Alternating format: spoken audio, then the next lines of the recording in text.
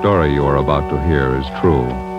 Only the names have been changed to protect the innocent. Fatima Cigarettes, best of all long cigarettes, brings you Dragnet.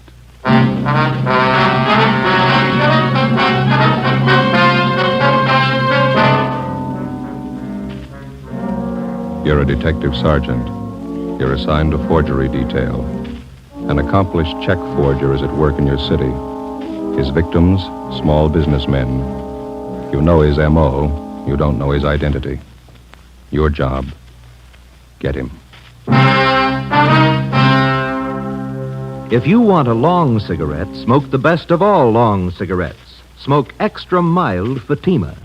Yes, Fatima is the king-size cigarette which contains the finest Turkish and domestic tobaccos superbly blended to make it extra mild, to give Fatima a much different, much better flavor and aroma than any other long cigarette.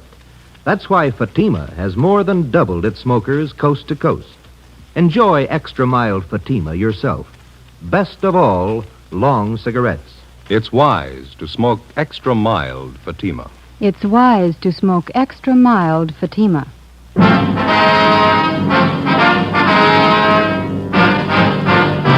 Dragnet, the documented drama of an actual crime. For the next 30 minutes, in cooperation with the Los Angeles Police Department, you will travel step by step on the side of the law through an actual case from official police files. From beginning to end, from crime to punishment, Dragnet is the story of your police force in action. It was Monday, February 4th. It was cold in Los Angeles. We were working the day watch out of forgery detail. My partner's Ben Romero. The boss is Captain Elliott. My name's Friday. I was on the way home from the office, and it was 8:25 p.m. when I got to Collis Avenue. Number 4656. Joseph, is that you? Yeah, Ma. We're in the living room. We have company. Oh, that's so? Hello, Joe. Well. You remember Mary Fowler, don't you, Joseph? I sure do. How are you, Miss Fowler? Just fine, Joe, thank you. Doing some shopping out this way and thought I'd stop by and have a cup of tea with your mother. Well, it's good to see you. How are things in the old neighborhood, huh? Oh, pretty much the same. Oh, Miss Daly, remember her? Mm-hmm. Finally died. Oh. I suppose it was for the best, though. I was just telling your mother. Jim and Louise Watson finally moved. Jim got a new job out by Altadena. Oh, is that so? Yeah. My, you certainly looking fine, Joe. Don't you wear your police uniform anymore? Oh, my, no, Mary. Joseph's in the detective bureau now. Hasn't worn his uniform for years. Oh, that's right. I remember now. That note you sent with your Christmas card year before last. What do you do now, Joe? Forgery detail. My partner and I handle bum check cases. My, that certainly must be interesting. Have you had your dinner, Joseph? Yes, ma'am. I stopped at a place out in Santa Monica and had something. Yes, well, Mary brought me some nice coffee cakes. Pineapple filling. Wouldn't you like one with a cup of coffee, Joseph? No, I don't know, Ma. Now, you sit down in your chair there and rest yourself. You always look so tired. You have no idea how hard they work, those young fellas, Mary. You remember Genevieve, don't you, Joe? My oldest girl? Oh, yeah, sure. How is she? Oh, just fine. Lots of boyfriends as usual. Going out all the time. Oh, that's good. She asked to be remembered to you. I think you and Jen were stuck on each other at one time, weren't you, Joe? Oh, we went to a couple of dances in high school. And I think she started going steady with another fella, didn't she? Young girls. You never know when they're well off. Here's your coffee, Joseph. I set it here on the end table. Thanks. I don't think I can use it, Ma. It's delicious coffee cake. Smell how fresh it is. Yeah, it's nice. Oh, my, 8:45. I should have left half an hour ago. Oh, you have to go, Mary? Seems our visits are always so short. Well, I got a lot of ironing to do, and I have to make Carl's lunch. He's always so fussy about his lunches. Yes, but I'll get your coat. Well, it's nice seeing you again, Joe. Do you want to be remembered to Genevieve? Yeah, tell her hello, will you, Miss Fowler? If you're over our way, be sure and drop in and see us, won't you? Genevieve's home at the office by 6. She often says she'd like to see you again. Oh, Mary. Oh, thanks. Good night, Joe. You be sure to come and see us now. Jen will be looking forward to it. Okay, Miss Fowler. Good night. Yeah, and I'll show you to the door, Mary. You remember the all the neighbors, won't you? All right, dear. I wouldn't you take care of yourself now. Good night. Good night, Mary. Nice person, Mary. She's having a hard time trying to find a husband for Genevieve. Yeah. Hey, Ma, I'm not very hungry. I can't eat now. Oh? shame to waste. That's a lovely coffee cake.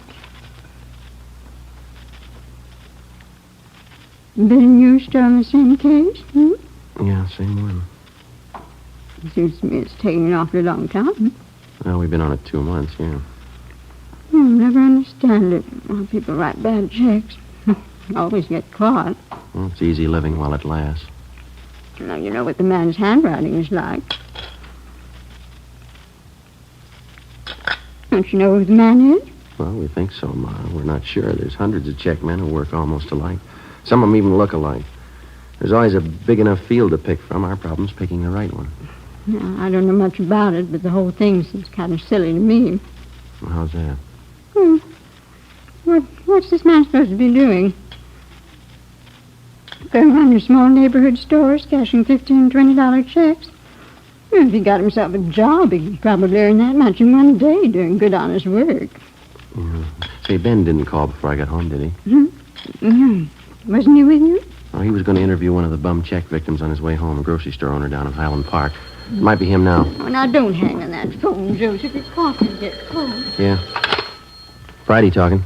This is Ben, Joe. Got a partial identification from that grocer's, nothing great. Which mugshot did he like? Stanley Bubeck. Grocer thinks it might have been the guy who pushed the check. He can't be sure. 33 bum checks passed. Same M.O. Not one positive identification. Something's phony, isn't it? It's got me stopped. We know the endorsements on every one of those checks was written by the same guy. Used practically the same story on every one of his victims. Yeah. Those 33 people are either blind or they're kidding us. Well, there's only one other answer. Huh? We're looking for the wrong man. For 2 months and 2 days in different shopping districts throughout the city, a man described as well-dressed and middle-aged had been passing worthless checks on independent neighborhood businessmen. Most of the victims were proprietors of small shops, meat markets, liquor stores, grocery stores. In none of the cases was the check written for more than $25. With the help of the stats office and our record bureau, we'd gone through the list of experienced checkmen until we found one man whose description and M.O. matched perfectly with that of the suspect. The man's name was Stanley Bubeck. We can't locate him, Captain. Another thing, we can't get a positive identification from any of the victims. And find a suspect they can identify. You've been tracking the guy for 2 months. What's the big mystery? Well, we tabbed the man as Stanley Bubeck, and his record and his M.O., his description, they all tie in perfectly. Now we're not sure it's him. What do you mean? Well, if it is Bubeck, it's almost a sure thing that one of the victims could have made him on one of his mug shots. None of them can make up their minds. Look, maybe one of you two'd like to be captain of forgery for a day, sit in this office and listen to complaints come in over that phone about this guy, the front office, neighborhood businessmen's clubs, retail merchants. They tell me they're troublesome, I'm passing them on to you. Now, whoever this paper hanger is, we want him, and we want him fast. Lousy little $20 checks. We'd probably have a lot better target if you try something bigger. I don't think he and 100 other checkmen like him don't know that. You won't find him stealing company paychecks and flooding the town with paper. They take it from the little guy, and they take it in small amounts, but add up those small amounts at the end of the year, and they'll scare you. Yeah, that's the rotten part about it. None of those victims can afford a bad check. That grocer Donnelly stands on his feet all day and at a profit of $10, $15. He gets tagged with one bad check, and he's working for nothing. We've got bulletins out on the suspect to all the small businessmen in town. They've all been alerted. Excuse me. Captain Elliott. Yeah, okay, Don, right away.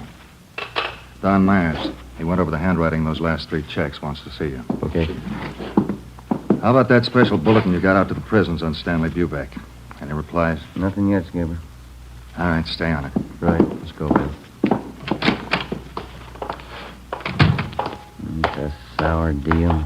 I'd give a right arm for a line on this guy. Yeah. Well, it'd move a lot faster if somebody'd help us follow those checks closer. The way it's running now, we hear about the paper 2 weeks after it's been cashed. The Bubeck thing isn't helping much.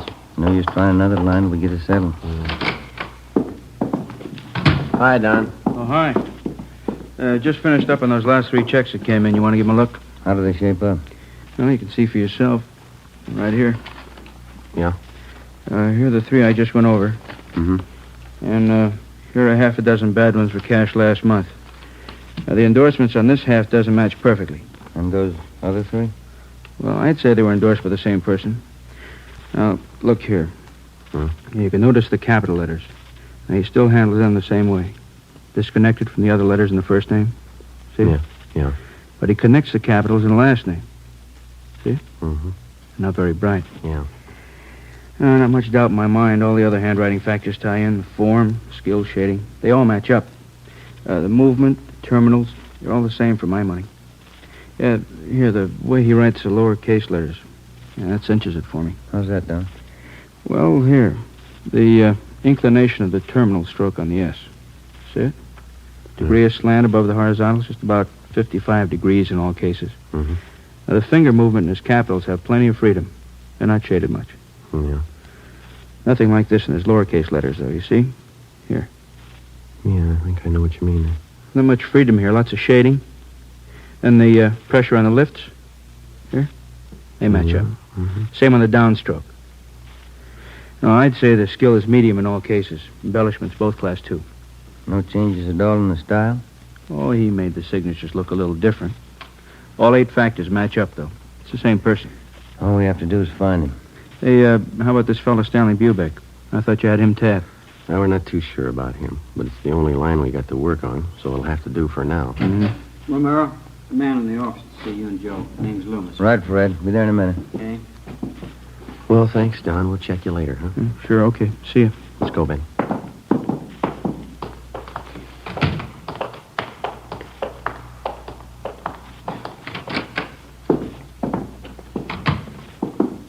How do you do? You Mr. Loomis? Yes, Sergeant Romero? No, this is Sergeant Romero here. My name's Friday. Oh, How are how you? do you do? What can we do for you? It's about these checks, Sergeant. These right here. Well? You see, I run a delicatessen out on Sunset, and a few days ago, a new customer came in for a few things and paid for them with these checks. He came in twice. Yeah, go ahead. Well, I got the checks back today. They're no good. I tried to look up the man at the address he gave, but there's no such address. Mm-hmm. You can see, one's for $15, the other one's for $20. Yeah. Reason I asked for you men is because I know the man who runs the drugstore across the street, George Holmquist. He had some bad checks about a month ago. He said you took care of him. Oh, yeah, I remember. Do you recall the man who passed these checks, Mr. Loomis? Yes, I think I do. He told me he was new in the neighborhood and he was looking for a place to trade. Well, I guess we're all anxious for new business. I took the checks. You got those mug shots there, Ben? Well, yeah. Here we are. Thank you. How about these men, Mr. Loomis? Any of them look anything like the person who passed the checks on you? No. Let's see. This one, yes, it does look like the man in a way. I don't know if I could be absolutely sure. Stanley Bubeck, same M.O. I beg your pardon? Well, it looks like you're stuck with a couple of bad ones, Mr. Loomis. Probably the same man who passed checks on your druggist friend. We're doing everything we can to run this man down. But what about the checks? Isn't there anything I can do about them? No, sir, I'm sorry. Not right now. We would like to have you make out a crime report, if you will, and would you leave these checks with us? Yeah. Friday, Romero. Excuse us, Mr. Loomis. This just came in for you. Reply from Salt Lake City, Utah on that bulletin you sent out on Stanley Bubeck. Yeah. He's been in jail for 5 months. We sent a request to Salt Lake asking him to question Stanley Bubeck if he knew of any forger who matched his description or used his M.O. Bubeck could tell us nothing. Wednesday, February 6th. We threw away the results of 2 months of investigation. We went back and started from the beginning. Despite all precautions and warnings, the checks kept coming in at the rate of half a dozen a week. The same M.O. was used. The same handwriting showed up in the signatures on the checks. Again, with the help of the staff and the statistician's office and the record bureau, we waded through hundreds of names of known checkmen and compiled a new list of 38 possible suspects. Each one fitted the general description of the forger. Each one, at some time in his forgery career, had used the same general method of operation. Well, after days of legwork, we finally boiled down the list of possibles to 3 names: George Roberts, James Young, and a Harry L. Johansson. We got out a flyer to all the small businessmen in the areas where the forger operated. Another week passed. The worthless checks kept showing up at the rate of 2 and 3 a day. On February 21st, Ben and I answered a call from a druggist in the Echo Park district. He bought some toothpaste and a carton of cigarettes, Sergeant. Asked me to cash a $20 check for him. Did you ever see the man before, sir? No, he gave me the same old story about being new in the neighborhood. That's when I remembered that police bulletin the department sent me. Mm-hmm. Do you still have that bulletin? No, I looked it over, and then I guess it got mislaid. I wonder if you'd mind taking a look at these pictures here. Not at all. These right here. Mm-hmm. Sure. This one right on top, that's the man. You sure? I am. It only happened a few hours ago. Do you know who he is? Harry L. Johansson, that's the name we have on him. It doesn't mean anything to me. He got real huffy when I wouldn't take his check. Stalked right out of the store. Very suspicious. Did you follow him? No, I told Ralph, my clerk, to follow him. Ralph, Yeah, Mr. Butler? you want to tell these officers about that man this morning? Well, I followed him down the street for a block and then turned the corner. That's where I lost him. It's too bad. Yeah, all I got was a license number.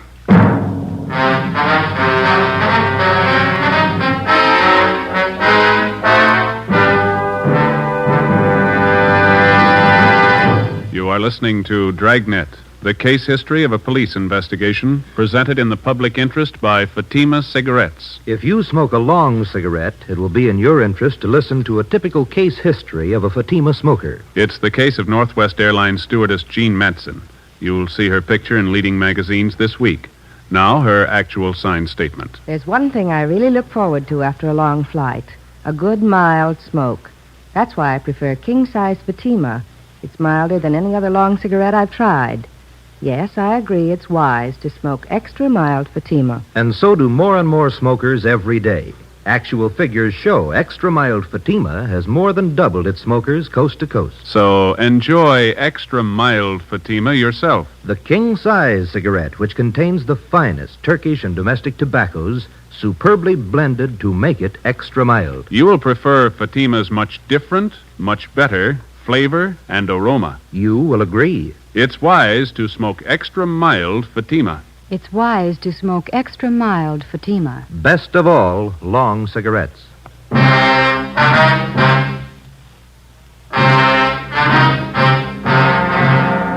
September 21st, Thursday, 3 p.m. We took the license number, which the drugstore clerk had given us. We went back to the office and checked it through DMV. We found the car was registered to a Russell Burroughs on Pico Boulevard. We checked him out. He told us that he had loaned his car the day before to a friend of his. He identified the friend as Harry L. Johansson and gave us his last known address, 614 Elderwood Avenue. We got out a broadcast on the car. The Elderwood Avenue address turned out to be a single-story wooden frame house in the southern part of the city on the edge of the industrial district. It needed a coat of paint. A woman in her elderly 30s answered the door and identified herself as Mrs. Johansson. She invited us into the living room. There was a baby playing on the floor. I don't expect my husband home for another 2 weeks, Sergeant. He's a cosmetic salesman. Travels all over the western states. When did he leave on this last trip, Mrs. Johansson? The first of the month. Why, is there anything wrong? What's the name of the cosmetics company that your husband works for? Harrington Universal. Offices are down on East Main. Mm-hmm. Do you know a friend of your husband's named Russell Burroughs? Yes, I do. He's kind of a friend of the family. Please, Sergeant, if there's anything wrong, I ought to know. We talked to Mr. Burroughs this afternoon. He told us your husband's in town. Burroughs loaned him his car. Harry? That's silly. He's still on the road. He'd certainly let me know if he was coming back early. You sure of that, ma'am? Would you excuse me a minute, Sergeant? I'll have to put the baby to bed. Certainly, ma'am. Come on, Bonnie. I'll be back in a minute. Kind of a funny setup, isn't it? How do you mean? Well, if Johansson's pushing bum checks, the money isn't going into his home here. Wife doesn't act like she knows anything. Seems cooperative. Afraid we're going to have to level with her if we're going to find out anything, huh? Mm-hmm. You sure got a cute little girl. I'm sorry, Sergeant. It's perfectly all right. Just a few more questions. Is it possible that your husband could be in town and you might not know it? I mean, could he be staying with a friend or some relatives? No, if Harry was in town, he'd come home. Why would he stay with anyone else? When did you last hear from your husband? Last week. He wrote from San Francisco. The letter's right there on the mantel. Oh, huh. Well, besides that letter, do you have any other samples of your husband's handwriting around the house?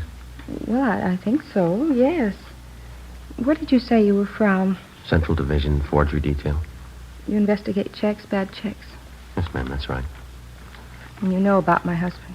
His prison record, yes. Harry promised me he was through with all that. He gave me his word. Sorry, ma'am. About a month ago, he had some extra money. He wouldn't tell me where he got it. Look, Sergeant, maybe you've made a mistake. Maybe it's not Harry at all. You're not sure, are you? Did your husband use the phone much? I mean, for out-of-town calls, say? No. Just that one toll call, a Long Beach number, I think. He has a business friend down there he used to call. Do you know the number, ma'am? I can show you. It's on last month's phone bill. Please, Sergeant, if Harry's done something wrong, he did it for us. Me and the baby. Harry's not bad. Yes, ma'am. He's done something. He did it for us. Harry hasn't had it easy. He wanted to get things for the baby. Clothes, a better house. All he wanted was a little happiness. A little happiness. You had it wrong, ma'am. You don't buy it with bum checks.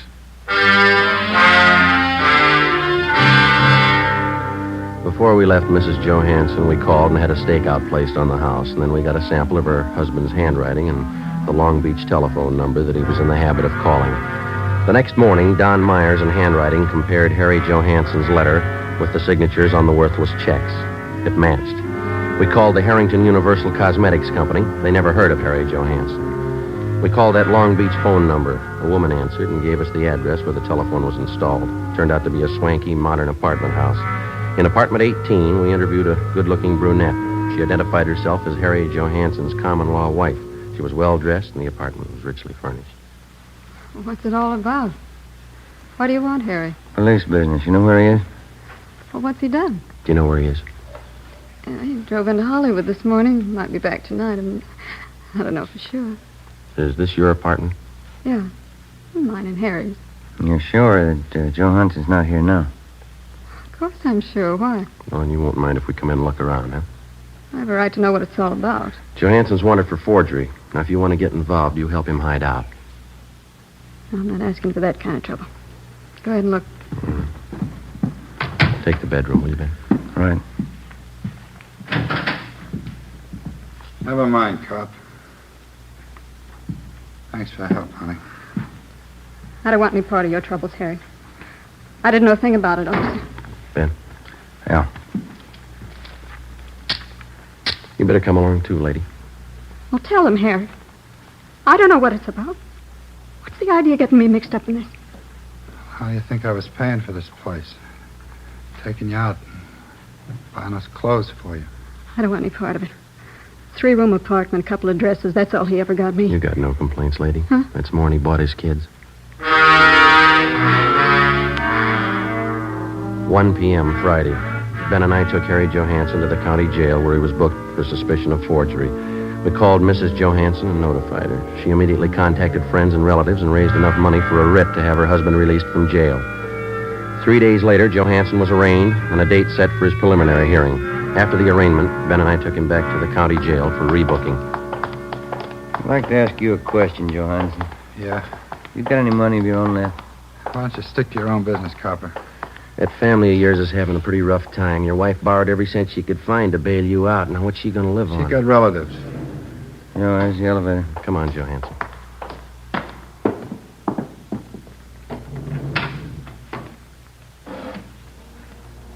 They're not going to put me back in Folsom. Not in 100 years. You've done 2 stretches already for hanging paper. You should have known better, mister. You got it all figured out, haven't you, Fuzz?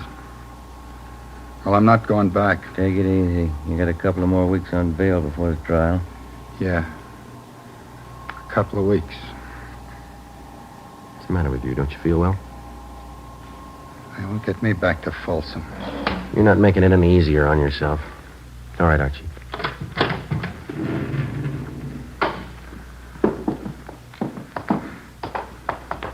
Don't you cops understand?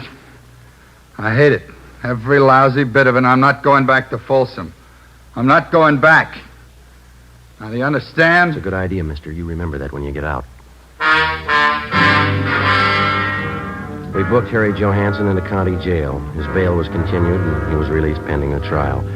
During the next week, along with the district attorney's office, Ben and I helped prepare the case against Johansson. 3 days before the trial opened, we had a phone call from Mrs. Johansson. She told us that her husband had disappeared. Well, there was nothing we could do until he actually failed to appear in Superior Court at the appointed time. On Monday, April 3rd, the case of the State versus Harry L. Johansson officially opened. The defendant failed to show. A bench warrant was immediately issued, and we got out a broadcast and an APB on the suspect. Stakeouts were placed in his house and at the apartment of his common-law wife. 2 days passed. No sign of him. Nothing, Joe. Bumley just checked it out. Yeah. How about those 2 ex-con pals of Johansson's? Did you check with them? Yeah, nothing there. I don't see how I can last out much longer. One suit of clothes, no money. You still got a checkbook. When did the skipper say he was coming back? On 7:30 tonight. 7:15 now. I'll get it. Forgery, Friday. Joseph, this is your mother. Oh, yeah. Hi, Ma. I forgot to tell you when you called earlier. You're supposed to be home tonight by 8 o'clock. What's that, Ma? Mary Fowler, she's coming over to visit tonight, and Genevieve's coming with her. Yeah, well, look, will you try to explain to them that I'm working and I can't get away, huh? Well, all right, Joseph, I'll try. If I possibly can, I'll try to make it home by 10. Will that be all right? Well, all right, Joseph, I'll see what I can do. Genevieve's going to be disappointed. Yeah. If I'm later than that, don't wait up for me, huh? Yes, all right then. Bye, Ma. Yes. Bye, Joseph. Oh, hi, Skipper. The call just came in. Yeah? They found Johansson. Captain Elliott, Ben, and I drove out the highway to the Tahunga Wash. We turned off and headed into the Mount Gleason area. Captain Elliott directed us onto a dirt road. Halfway up one of the mountains, we spotted a group of cars pulled off on the shoulder of the road. We parked behind them, got out, and started over. Who found the car, Skipper? One of the people living back in the hills. Spotted it on his way home from work. Mm-hmm. Coroner got here in a hurry. Yeah. Hi, Dave. How you doing, Joe? Captain Elliott. How long's he been dead? Since last night, I figure. Come on over. Yeah. You talked to the man who found Johansson's body, Dave? Yeah, he didn't touch a thing. What'd you find? Powder burns on the temple, powder on the hands. Boys from homicide found the note. It's on the seat right next to him. Here it is, here. It's been checked. Yeah, thanks. All ties in, huh, Dave? Pretty tight, yeah. Gene Bechtel from homicide wants to talk to you, Captain. Okay, be right back, Joe. Right. Who do you address the note to, Joe? His wife? No, the girlfriend. Look what he wrote it on. Yeah, blank check.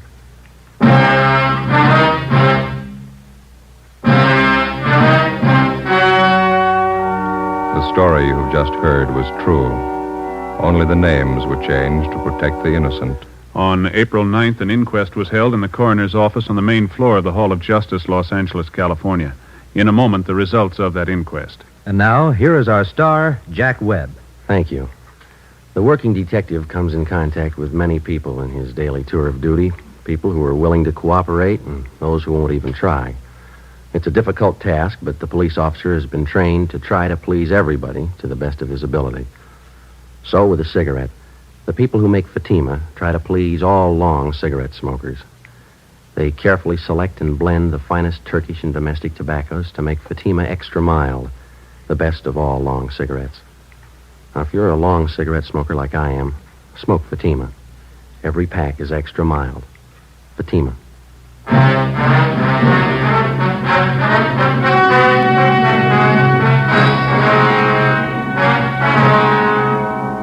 On April 9th, the coroner's jury returned a verdict that the death of Harry L. Johansson was caused by a gunshot wound in the head, self-inflicted.